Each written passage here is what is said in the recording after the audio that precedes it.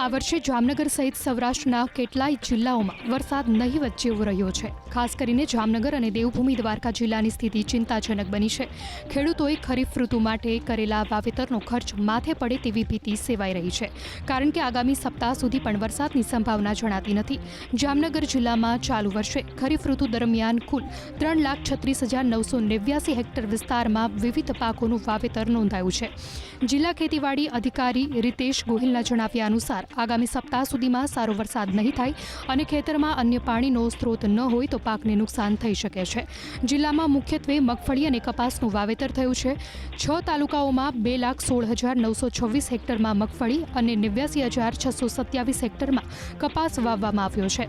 અડધાથી વધુ ચોમાસું વીતી ગયા છતાં હજુ સુધી માત્ર 27% જ વરસાદ નોંધાયો છે। જો વરસાદ નહીં થાય તો ખેડૂતોની સાથે સામાન્ય નાગરિકોને પણ પીવાના પાણીની કિલ્લત ભોગવવાનો વારો આવી શકે છે।